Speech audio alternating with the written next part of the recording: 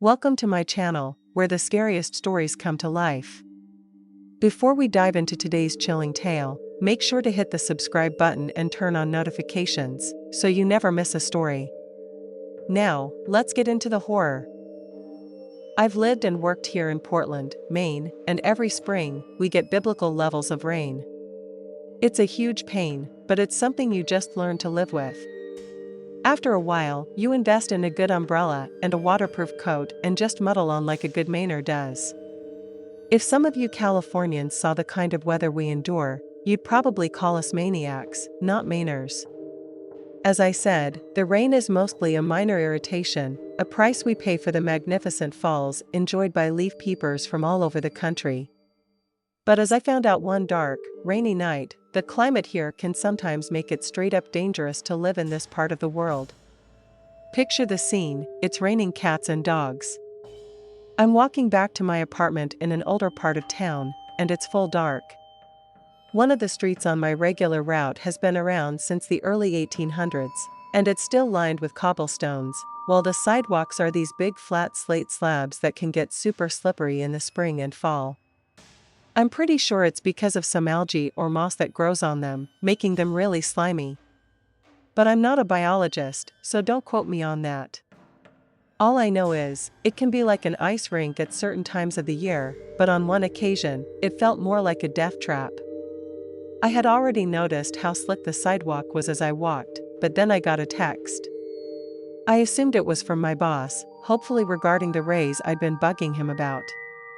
The light from my phone must have thrown off my vision and footing, because one minute I'm just walking along, minding my own business, and the next, I'm lying on the sidewalk with the wind knocked out of me. It felt like the ground beneath me had just vanished. My first thought was a stream of expletives I won't repeat here. As I tried to stand up, I couldn't. My left foot just refused to cooperate. When I looked down, it was flopping around in a way that made my stomach churn.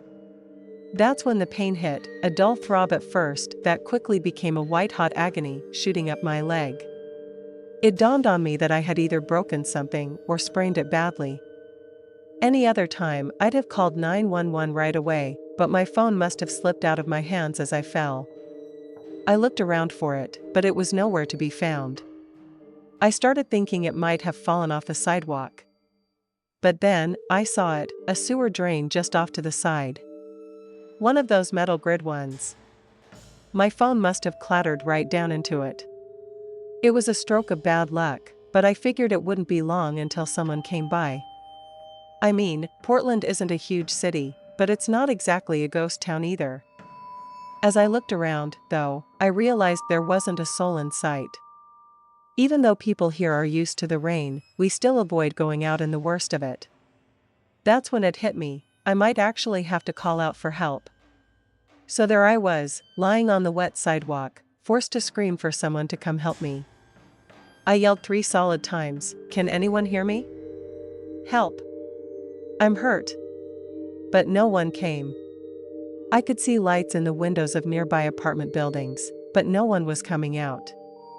It was crushing to think people heard me, but chose to ignore it. Maybe they thought it was a scam or some prank. Who knows?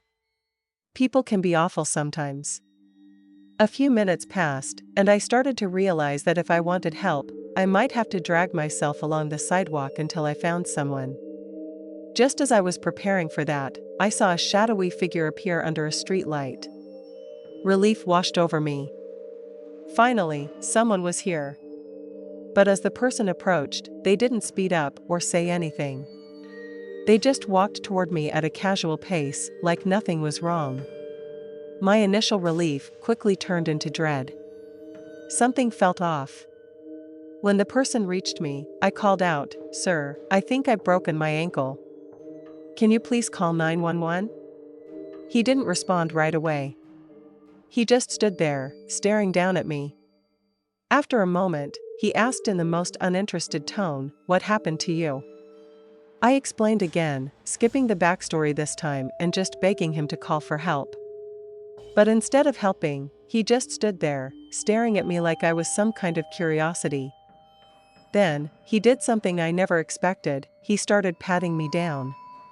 At first, I thought he was trying to help me up, but no.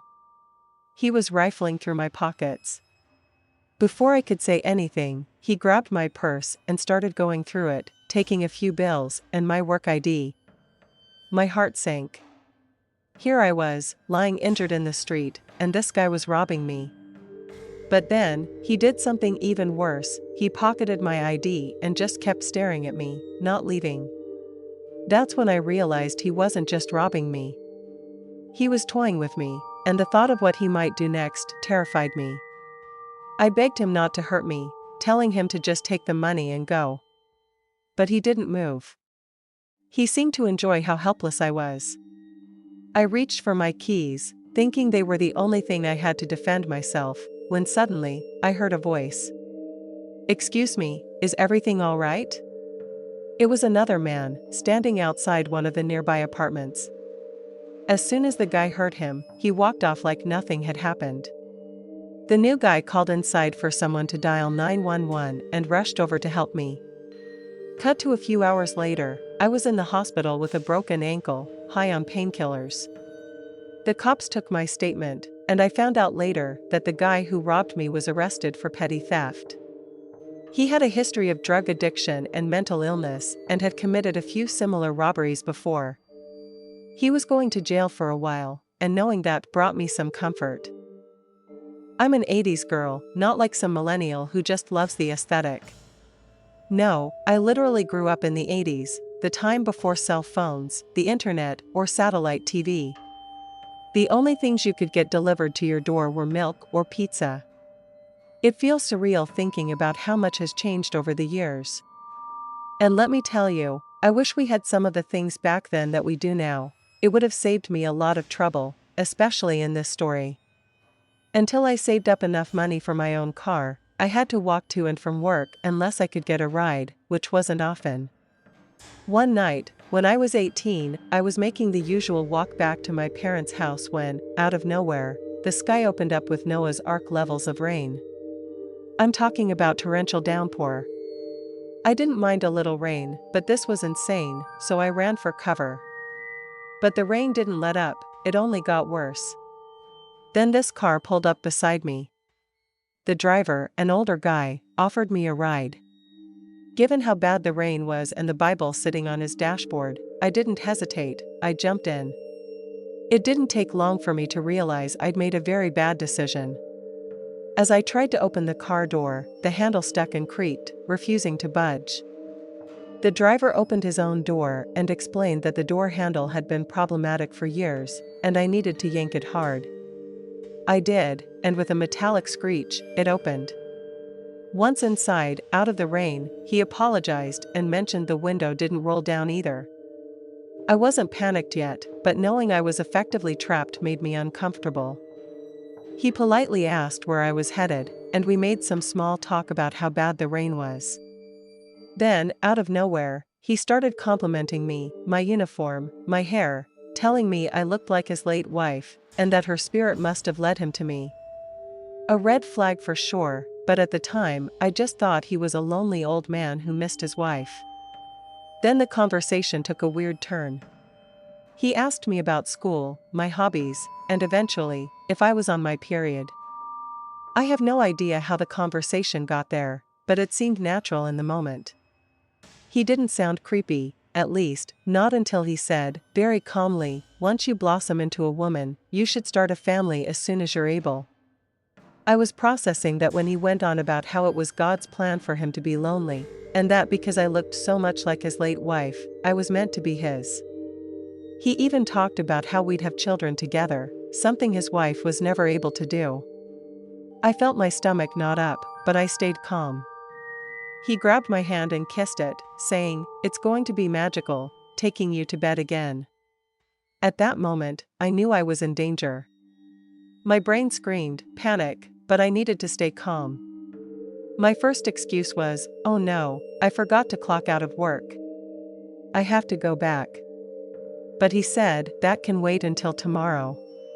My second excuse? I told him I really had to pee. He just said, "You can hold it until we get home." The words "we" and "home" cut through me like a knife. He had no intention of letting me out of that car. I was quiet, my mind racing, as he continued to talk about how he'd have to teach me to do things his way, because girls these days didn't know how to act. He told me the husband was the boss, and the wife's job was to submit and obey. That's when I had an idea. I remembered something from Sunday school: if he wanted to marry me, he'd need my father's permission. I made the point as innocently as I could. He fell silent, and I knew I'd struck a nerve. He finally said, "Of course I'm going to ask your father's permission." When we reached the street where I said my parents lived, I gave him a fake house number. He wanted to come inside, but I told him I had to let my parents know that God had sent me a husband, and that he should come back tomorrow for my father's blessing. He agreed to give me a few minutes, but I told him to drive around the block so I could pack. He nodded and finally opened the door. I ran to the house, waved until he drove away, and then sprinted to my actual house. I told my parents everything, and they called the cops. The police showed up, talked to the guy, and then let him go. He told them he'd just given me a ride home and had no idea about the kidnapping or marriage stuff. The cops said they took his details, and if he tried anything else, they'd arrest him. Thankfully, I never saw him again, but after that, I always waited for my boyfriend to pick me up from work. If he couldn't, I'd call a cab. No way was I taking that risk again. Girls, be careful whose car you get into, because you never know who's behind the wheel. The people who seem the kindest can sometimes be anything but. Thanks for sticking around till the end. If you enjoyed the story, don't forget to give the video a like and leave a comment with your thoughts. And if you haven't already, hit that subscribe button and turn on notifications so you never miss a terrifying tale. See you in the next one.